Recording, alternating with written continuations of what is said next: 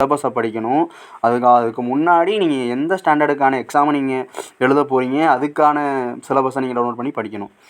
அதுக்கப்புறம் என்ன பண்ணுறீங்க அப்படின்னா, சிலபஸை படித்ததுக்கப்புறம் ஸ்கூல் புக்கில் சிலபஸ்லையும் ஸ்கூல் புக்லேயும் இருக்கிற கண்டென்ட்டை நீங்கள் படிக்க ஆரம்பிச்சிடணும். அதாவது சிலபஸில் இப்போ இருக்கும், இந்த சிலபஸில் இருக்க ஒரு கண்டென்ட்டு ஸ்கூல் புக்கில் எங்கே இருக்குது அப்படிங்கிறத தேடி கண்டுபிடிக்க ஆரம்பிச்சிடணும். சிலபஸில் இருக்க ஒரு கண்டென்ட்டு ஸ்கூல் புக்கில் எங்கே இருக்குது அப்படிங்கிறத இப்போ குப்தர் இருக்காங்க அப்படின்னா, குப்தர்ஸ் இருக்குது அப்படின்னா, குப்தர்ஸ் வந்து சிலபஸில் எங்கே இருக்குது, ஸ்கூல் புக்கில் எங்கே இருக்குது அப்படின்னு தேடி கண்டுபிடிச்சி படிக்க ஆரம்பிச்சிடணும். இதில் எப்படி நீங்கள் படிச்சிங்க அப்படின்னா 200 கொஸ்டினுக்கு 160 கொஸ்டின் போட்டுடலாம் கன்ஃபார்மாக. சிலபஸில் இருக்க டாப்பிக்கை ஸ்கூல் வைஸாக நீங்கள் படிச்சுட்டு வந்தீங்கன்னா 200 கொஸ்டினுக்கு 160 கொஸ்டின் போட்டுடலாம். அதாவது 80% கொஸ்டின் இப்படி தான் வரும். சிலபஸ்லேயும் இருக்கும், ஸ்கூல் புக்லேயும் இருக்கும்.